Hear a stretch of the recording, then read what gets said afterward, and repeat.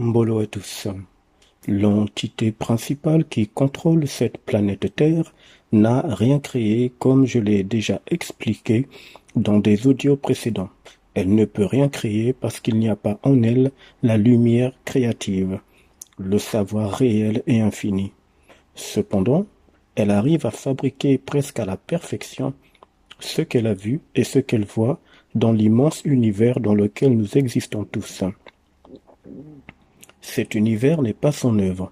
Cet univers a des lois qu'elle ne doit pas enfreindre, mais qu'elle dévie, qu'elle détourne contre les intérêts de l'humain. Cette entité n'a pas créé les nombres, les chiffres, les communications, l'information, les lettres, la télépathie, etc., etc. Ça a toujours été dans l'univers, dans les univers de liberté, dans le cosmos réel. Sur la Terre, elle a imprimé dans la conscience humaine ainsi que dans l'âme humaine que tout ce dont je viens de parler vient d'elle, que c'est elle qui inspire l'humain afin qu'il ait accès aux lettres, aux nombres, aux chiffres, à l'information, les communications, etc., etc. Alors que ce n'est pas le cas. Elle dévie ce réel universel pour s'en servir contre l'humain à tout moment, tout le temps, et ce depuis des millénaires. Petite parenthèse importante. Quand je parle de télépathie, cela n'a rien à voir avec la photocopie des télépathies astrales répandues sur la Terre par différentes manipulations liées à ce que l'on qualifie d'initiation mystique, ésotérique, magique, ancestrale, traditionnelle, religieuse et j'en passe. Ceci est un détournement de la télépathie réelle qui provient de l'esprit des circuits universels, c'est-à-dire la télépathie lumineuse, celle qui est remplie du savoir universel. C'est une télépathie qui provient de l'esprit pour l'humain, et cette télépathie, cette lumière fracasse les entités et permet à l'humain d'avoir accès au réel de sa condition et de la prison dans laquelle nous existons. La télépathie planétaire dont j'ai parlé plus haut est par contre astrale, contrôlée à 100% par les entités. Maintenant que ces détails sont mis au clair, je vais vous donner une information sur un fait réel qui va vous montrer un autre aspect du côté multidimensionnel. Dans un audio précédent qui est dans la chaîne YouTube, dont le titre est « Le code binaire dans l'homme », j'expose comment cette entité a utilisé le code informatique, le langage binaire contre l'humain. Ici, je vais pousser l'information beaucoup plus loin. Tout dans cette planète virtuelle fonctionne par le principe binaire, mais c'est à un niveau très élevé. Tout n'est qu'information, vibration, énergie, fréquence.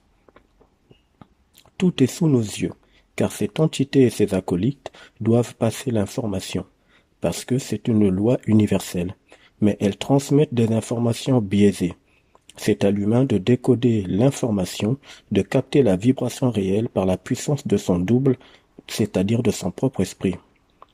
Dans l'écrit religieux, il y a un nombre qui apparaît. Ce nombre est un langage binaire. Ce nombre permet à cette entité et ses acolytes de fragmenter l'humain dans plusieurs réalités insoupçonnées mais bien réelles. C'est le nombre 1000. Dans le livre religieux biblique, il est dit dans l'Ancien Testament ceci, dans le livre de Daniel, que le roi Balthazar organisa un banquet à laquelle prirent part 1000 invités. Quelle précision! Pourquoi pas 1500 invités? Pourquoi pas 2000 invités? Pourquoi seulement 1000 invités? Qu'est-ce que ça cache comme signification? Dans le psaume 90, il est dit que 1000 ans sont comme un jour chez les humains, c'est-à-dire 1000 ans chez celui qui se fait appeler Dieu sont comme un jour chez les humains. Encore une précision très forte qui fait appel au nombre 1000. Il est même dit dans l'Ancien Testament que Salomon a offert 1000 holocaustes. On voit ici que le nombre 1000 est déjà très présent depuis l'Ancien Testament, et ce nombre est directement lié à la condition humaine dans les plans invisibles gérés dans cet astral contrôlé par les entités. Le nombre 1000 se compose de 1 et de plusieurs zéros. On peut les inverser autant de fois que possible, la base restera toujours 1 et 0, ou encore 0 et 1. parce que c'est un langage binaire dimensionnel, c'est un code. Dans l'histoire humaine, dans le quotidien, ce nombre est encore et toujours bien présent, notamment quand il s'agit de faire dormir les enfants en leur racontant un conte, les contes de 1001 nuits, que tout le monde connaît, dans lesquels il y a Simbad, Sherazade, Aladdin, etc., etc. Ce qui m'intéresse surtout, c'est que ceux-ci sont composés de 1001 nuits, et partout dans le monde, des parents ont déjà eu à bercer leurs enfants par différents contes en utilisant les contes de 1001 nuits ou d'autres contes de leur, on va dire, culture. Cependant, la symbolique astrale reste la même. Il faut endormir les enfants en les plongeant dans des réalités fictives à travers les contes.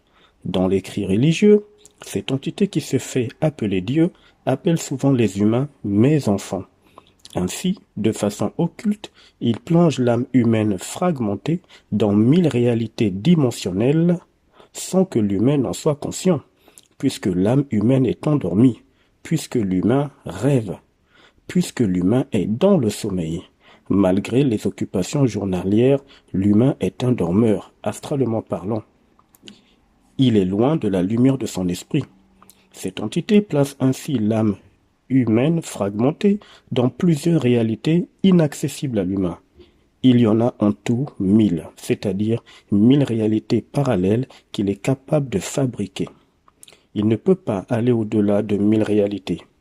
Ensuite, il fait tourner les corps subtils de l'humain en boucle dans les réalités en question. Et les fragments de l'âme humaine qui sont dans ces mêmes réalités vont enregistrer tout ce qui se passe dans les boucles temporelles ou boucles dimensionnelles.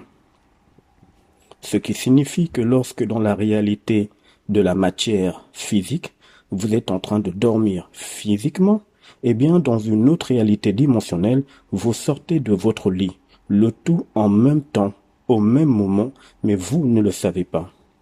Si dans la réalité de la matière physique, vous vous êtes cassé un bras, dans une autre réalité, votre bras a évité cet accident, le tout encore une fois en même temps.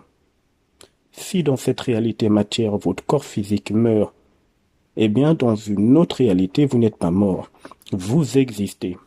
Et la mémoire dans laquelle vous existez dans l'autre réalité sera utilisée par les entités dans un but manipulatoire envers vos proches.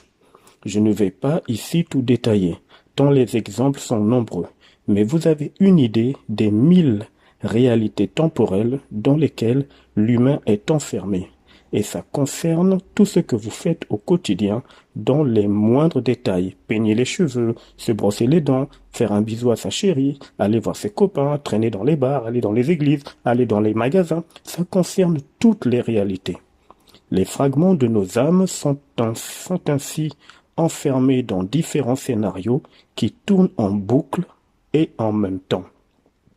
Ce jeu manipulatoire extrêmement élevé et très invisible à l'œil humain, commence à cesser lorsque l'humain fusionne avec son propre double, c'est-à-dire avec son esprit, via l'ajusteur de pensée.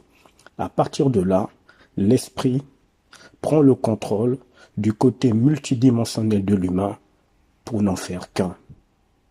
Et là, les entités ne sont plus du tout à l'aise, puisque le savoir en provenance de l'esprit, via les circuits universels, donne à l'humain un avantage considérable face aux entités qui sont toutes, je le rappelle, anti-hommes. À plus tard.